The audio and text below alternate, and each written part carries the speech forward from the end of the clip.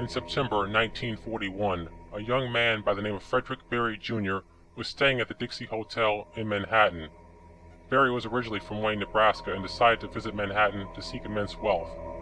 During his stay on the 12th floor, he received a disturbing letter from his father depicting his mother's bizarre vision. According to reports, the letter revealed a horrifying premonition of Barry's untimely death. The father pleaded with his son to write home daily in hopes of calming his mother's anxiety. Barry tried to put it out of his mind and go on with the rest of his evening. A day or two later, hotel staff saw a gulf of smoke coming from under the door. They entered the room and found Barry sitting in his chair unconscious with fatal burns.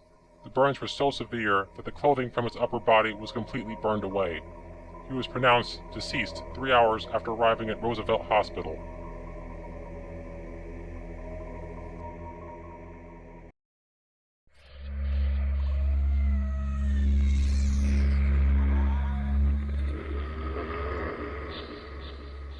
The infamous Highway 666 has been plagued with deadly car accidents, ghostly apparitions, and mysterious deaths. Many people believe this haunted highway is home to Satanists that sacrifice animals to perform dark rituals. Some have even claimed they witnessed demonic dogs that will attack at night and shred tires of travelers. Picking up hitchhikers is always considered a bad idea. According to some reports, a young girl in a nightgown has been sighted walking along the road, but when people offer assistance, she immediately vanishes into thin air. This highway is not only attached to paranormal events. A series of hit-and-run accidents have brought on the possibility of a serial killer known as the Mad Trucker. He targets victims going speeds of roughly 130 miles an hour.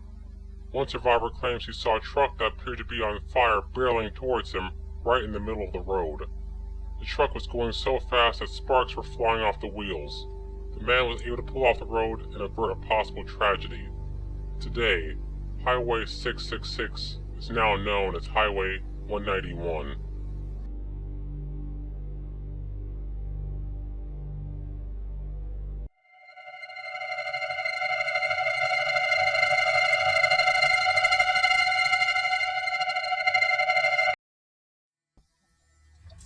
Homeowner Deanna Simpson in Hanover, York County claims she and her husband's home is haunted with malevolent spirits.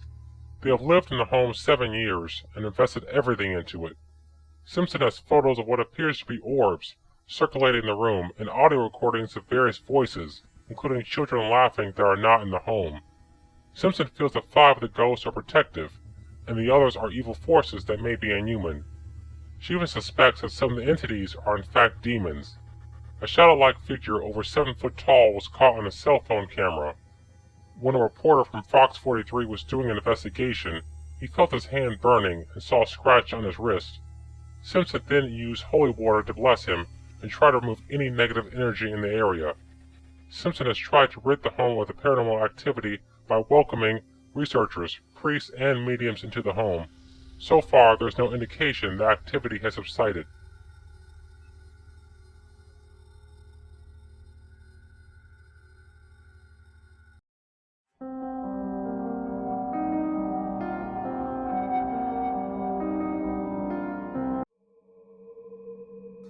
"19-year-old Brandon Swanson lived in Marshall, Minnesota, and on May 14, 2008, crashed his car into a drainage ditch.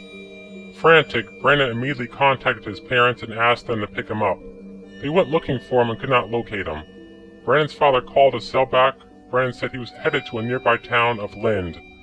During the conversation, Brandon swore and the call was suddenly cut off. His father repeatedly tried calling back, but his son did not answer. Police were notified. They found his car, but Brandon was nowhere in sight. Some speculate that Brandon fell into a river and drowned, but a nearby search of the area revealed that it is likely to be untrue. No one knows what made Brandon swear. Unfortunately, that is the last anyone has heard from him since.